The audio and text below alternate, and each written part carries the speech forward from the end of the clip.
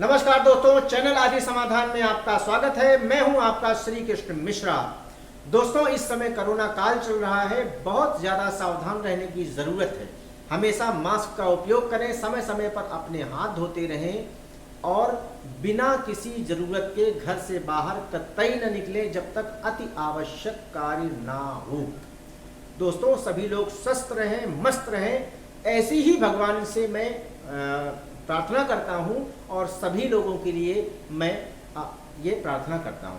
दोस्तों, इस समय धन का अभाव सभी लोगों को है, लेकिन कुछ ऐसे लोग भी होते हैं जो पूरी तरह अपना पूरी सामर्थ्य से अपना कार्य कर रहे होते हैं, लेकिन जो धन की उनकी प्राप्ति के योग हैं वह योग नहीं बनते। उनके पास पर्याप्त उनकी सुविधा के अनुसार धन नहीं आता और वह बड़े पीड़ित होते हैं और अनायास ही उनके ऊपर कर्ज लद जाता है। कोई ऐसे खर्चे आ गए कि उनके पास पर्याप्त मात्रा में धन नहीं होता तो उनके ऊपर ऋण चढ़ जाता है। तो मैं इस एक वीडियो में आपको दो उपाय बताऊंगा।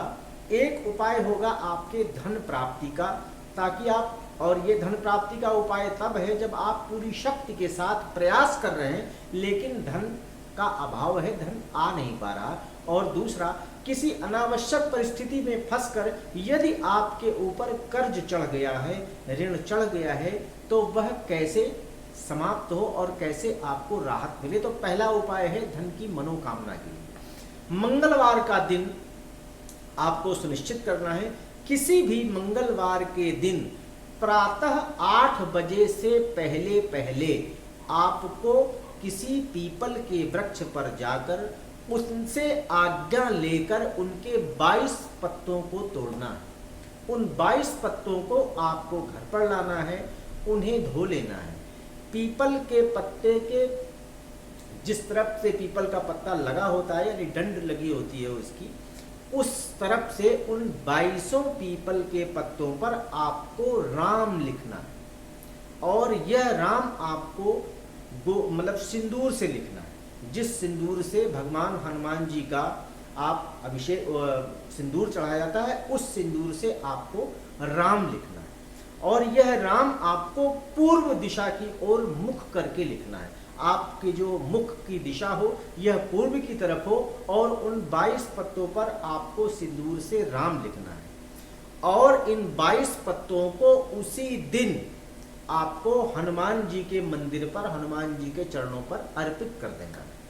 आपके धन की जो प्रॉब्लम है वह, उससे आपको राहत मिलने लगेगी, धन आपके पास आना शुरू हो जाएगा। ध्यान रखना है, यह प्रयोग सिर्फ और सिर्फ मंगलवार को ही होना चाहिए। दूसरा उपाय मैं आपको बता रहा हूं कि अगर अनावश्यक रूप से आपके ऊपर ऋण चढ़ गया है तो आपको करना क्या है, शुक्ल पक्ष यानी कि अमावस्या से पूर्णिमा के बीच का समय, इसे शुक्ल पक्ष कहा जाता है। इस शुक्ल पक्ष को मंगलवार के दिन आटे में गुड़ मिलाकर उसके पुए बनाएं और पुए बनाकर हनुमान जी को भोग लगाएं। और उन पुओं को आपको नहीं खाना, अपने परिवार को नहीं खिलाना, गरीब व्यक्तियों को यानी बाहरी व्यक्तियों को आपको खिलाना है। इन पुओं को जब आप खिलाएंगे तो आपके कर्जे से आपको राहत मिलने लगेगी, शनह शनह आपकी आमदनी भी बढ़ेगी। पहला उपाय आपने किया धन प्राप्ति के लिए, दूसरा उपाय आपने किया तो धन प्राप्ति के साथ ये ऋण संबंधी समस्या भी स्वतः आपकी समाप्त हो जाएगी और आपका जो जीवन है यह भी सौहार्दपूर्वक बीतने लगेगा। इसी आशा के साथ मैं भगवान से यह कामना करता हूँ कि आप स्वस्थ रहें, मस्त रहें, प्रसन्न रहें और वैभवशाली जीवन जिए। अगले वीडियो के साथ मैं फिर से उपस्थित होऊंगा, तब तक के लिए नमस्कार।